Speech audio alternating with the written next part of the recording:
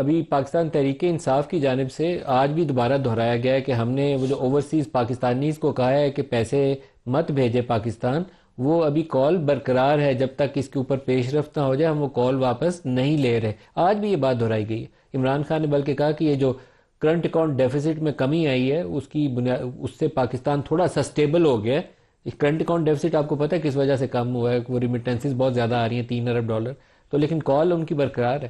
تو آپ کو گنجائش دینی ہو تو اس طرح کے ایکسٹریم سٹیپس لینے سے پیچھے ہٹ جانا چاہیے. دیکھیے، اس سے پہلے تو میں رانا ثناء اللہ صاحب کی ایک دو باتوں کا جواب دوں گا جو حقیقت سے بالکل ہٹ کے باتیں کی ہیں. انہوں نے اپنی گرفتاری کی بات کرتے ہیں تو ان کو تو فوج نے گرفتار کیا تھا، فوج نے تفتیش کی تھی ان کی، اس میں عمران خان کا کوئی عمل دخل نہیں تھا.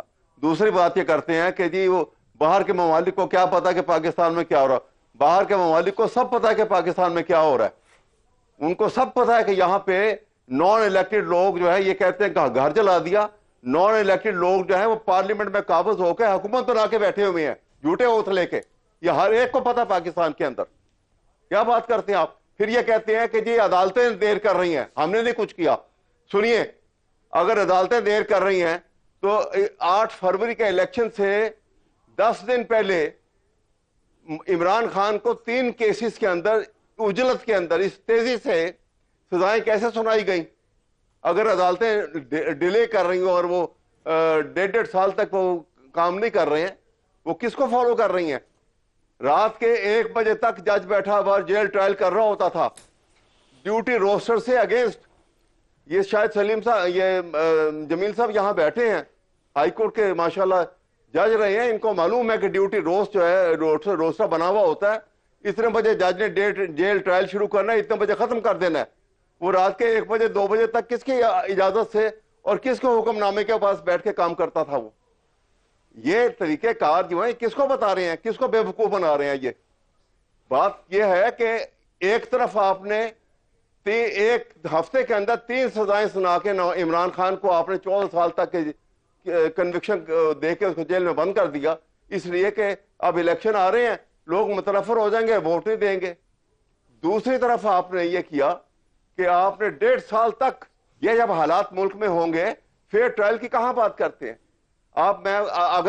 اگر یہ ہم انکوائری کی جو ہم بات کرتے ہیں وہ اس لیے بات کرتے ہیں ہم انکوائری کی کہ 9 مئی کو آپ یہ بتا دیجئے کہ پنجاب پولیس کہاں تھی، آئی جی پولیس کہاں تھا، اور کیوں ان کے خلاف کارروائی نہیں ہوئی؟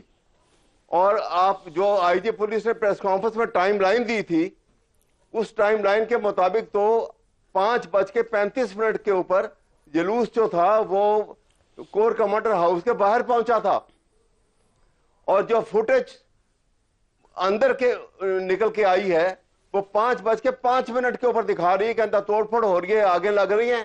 اور وہ لوگ کون تھے جو اندر گھسے ہوئے تھے؟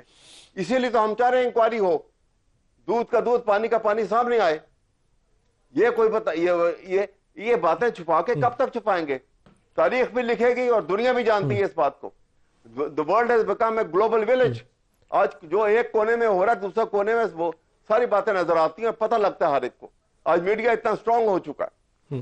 تو خدا کے لیے ابھی بھی آپ ہوش کے ناخن لیں اور یہ جو نیگوسیشن شروع ہوئی ہیں اس کو کامیاب بنائیں. اس میں اگر کہیں کہ جی عمران خان کی پارٹی نے فلاں زیادتی کی، اس سے 100 گنا بڑی زیادتی تو آپ کر چکے ہیں.